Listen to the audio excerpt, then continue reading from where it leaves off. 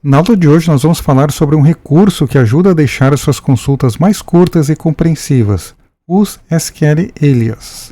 Vamos aprender como criar alias para colunas e tabelas e como utilizá-los de forma eficiente. Então, um alias no SQL é um nome temporário que você pode atribuir a uma coluna ou tabela durante a execução de uma consulta. Ele não altera permanentemente o nome da coluna ou tabela, mas facilita a leitura e escrita das consultas. Existem dois tipos de alias. Nós temos o column alias, que então serve para renomear colunas, e temos o table alias, que serve para renomear as tabelas. Os alias das colunas são úteis quando os nomes das colunas são muito curtos, muito longos ou difíceis de entender. A sintaxe ela é bastante simples. Nós já vimos, inclusive, em exemplos anteriores, nós temos o nome da coluna original que está presente aqui na tabela. Colocamos um s, que nós vamos então chamar essa coluna por este outro nome, que é o alias name. Então este vai ser o novo nome da coluna, mas ele é apenas temporário. Inclusive esse s ele pode ser omitido, então nós podemos ter apenas o nome da coluna, mas devemos deixar um espaço branco e aqui então o alias name como o nome temporário da coluna.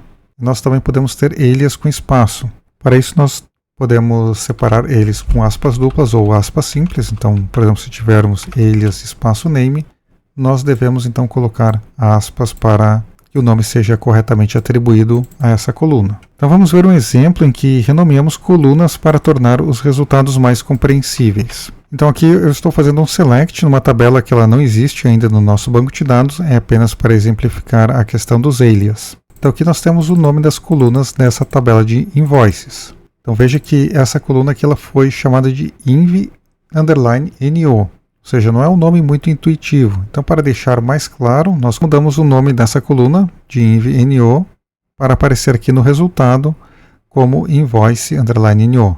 Depois a coluna amount, nós não aplicamos nenhum alias. E depois a outra coluna, a due_date, nós estamos colocando um espaço em branco e botando aqui em maiúsculo due date, que seria uma data de vencimento da fatura. E outra coluna presente nessa invoices é a cust_no, que também é um nome meio difícil de entender na primeira análise.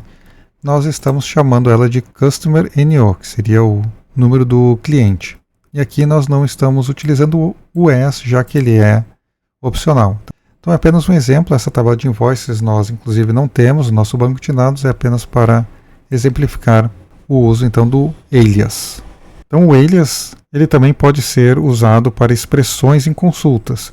Nós já vimos essa consulta anteriormente, que nós fizemos aqui na nossa tabela de empregados, onde nós criamos uma coluna calculada, onde então fizemos um incremento do salário do funcionário, neste caso aqui eu estou aumentando o salário em 10% e utilizando um alias chamando ela de novo salário. Então essa tabela de empregados aqui nós temos no nosso banco de dados, podemos selecionar e rodar, que então veja que no resultado ela aparece aqui o nome que botamos no alias, então new_salary. Então se eu quiser mudar o nome para português, por exemplo, eu posso colocar entre aspas duplas e escrever assim, novo salário, rodar novamente a consulta que essa coluna então ela aparece aqui no resultado. Então é importante lembrar que esses alias da coluna eles só podem ser usados em cláusulas que são avaliadas depois da cláusula select. Então, por exemplo, este código que eu vou colocar aqui, ele vai gerar um erro. Se eu tentar rodar essa consulta, veja que ele vai reclamar dizendo que essa coluna new salary ela não existe. Então lembrando que a ordem de execução é primeiro o from, depois o where. Nós não vimos ainda o where, nós vamos ver mais adiante, mas ele serve para especificar condições aqui na consulta. E, por fim, é avaliado o select.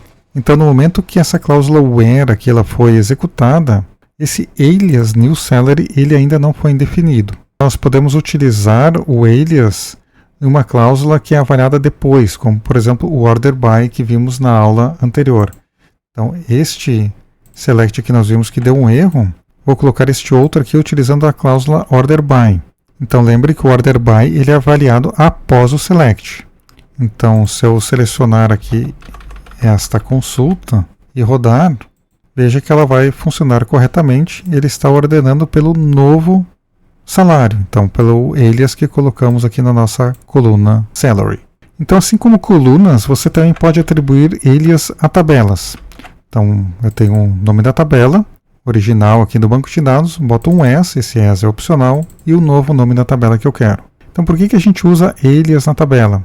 Eles são úteis para evitar a repetição de nomes longos e também diferenciar colunas com o mesmo nome em tabelas diferentes. Então, por exemplo, esta consulta aqui que eu estou fazendo na tabela de empregados, então vamos dizer que eu quero chamar essa tabela de employees apenas de E.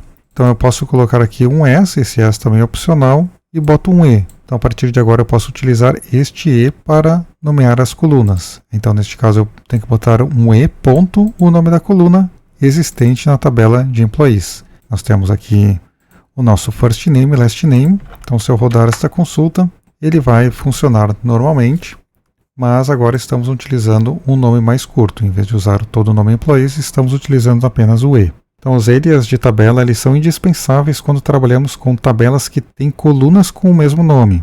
Então, por exemplo, veja aqui a tabela de employees e a tabela de departments. Ambas possuem a coluna Department ID. Então, aqui nós temos na employees uma Department ID e na tabela departments nós também temos aqui uma coluna Department ID.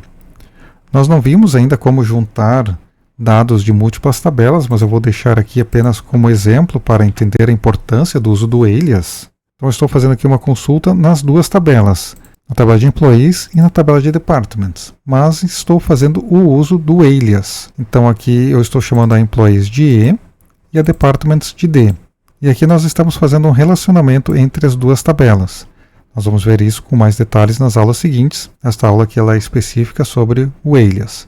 Então, para diferenciar as colunas Department ID da tabela de Employees e da tabela de Departments, eu estou, então, utilizando os alias nas tabelas para referenciar aqui no Select. Então, aqui a E.DepartmentID, eu estou, inclusive, utilizando um alias para deixar explícito que essa informação está vindo da tabela de Employees.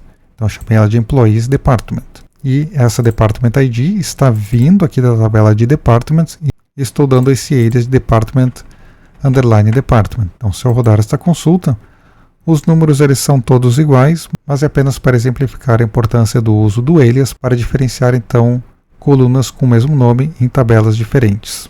Até a próxima aula!